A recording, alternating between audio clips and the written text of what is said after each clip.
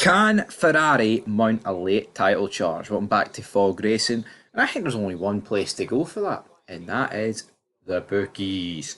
You know why you go to the bookies? Because they're plugged in, alright? They know what's happening. Now, to be fair, I think there's some sports they know what's happening in more than others.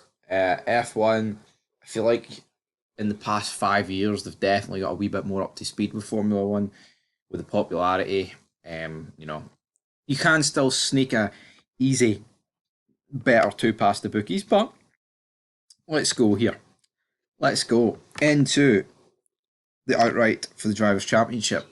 So as you look at the odds, right, we've got Max Verstappen 8 to 15, Lando Norris is 11 to 8, and Charles Leclerc is 50 to 1. So, you know, and Carlos Sainz is 1,000 to 1. Since we're throwing Ferrari in there, then, you know, may as well throw Carlos Sainz in there as well at the end of the day. But the problem for me is that I think Leclerc, if Ferrari show the form, right, that they've shown recently, I think Leclerc could claw back the gap to Verstappen. But I think the problem for me is that it's Norris. I think Leclerc's like 50 to 1 because of like multiple reasons. Obviously, Norris and Verstappen, it feels like they're against each other. But with Leclerc, he's kind of like, yeah, he could beat Max by the end of the season. But the problem with that is, where's Lando Norris going to be? Because that's what you need to do. So if you look at the drivers here, of course, Lando Norris is 62 points behind Max Verstappen. Leclerc is how many points there? That is 80, 80, 80. 86 behind Max Verstappen, which is, it's quite a lot of points. There's no two ways about it. But 86 points, the way the Red Bull is, can absolutely disintegrate. I mean, what you need to realistically do is that Leclerc needs to average taking 10 points out of Max Verstappen till the end of the season. And if Leclerc wins every race, and Max finishes fifth, that is a 16, 15 point swing. So it can be easily done.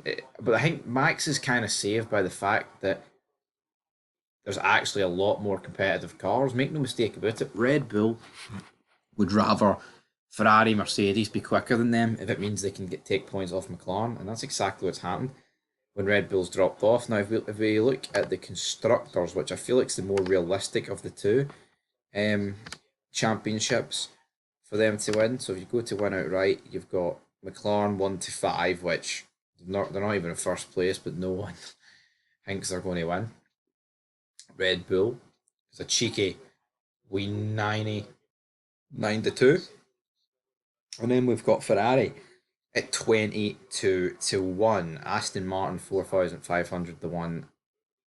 It is literally impossible for Aston Martin to win this championship.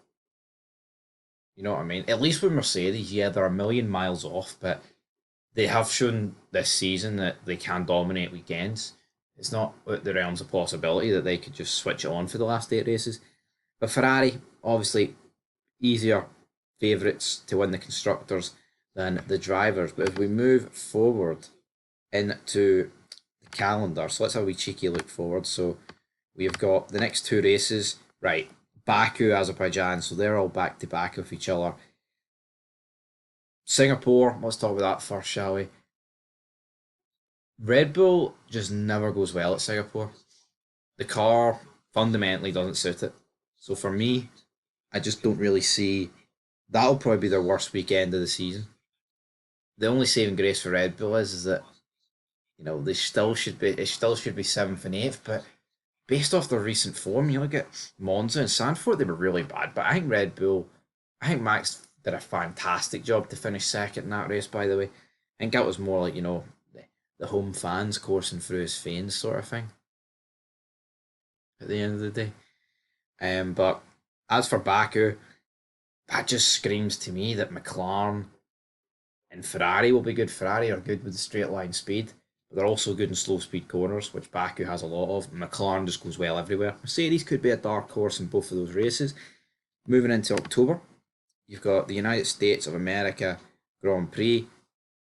Again, I think it's a similar track to Silverstone. And if we look back at Silverstone, it was clearly Mercedes, McLaren, Red Bull, Ferrari. Obviously, upgrades have happened since then, so who knows. Then at Mexico,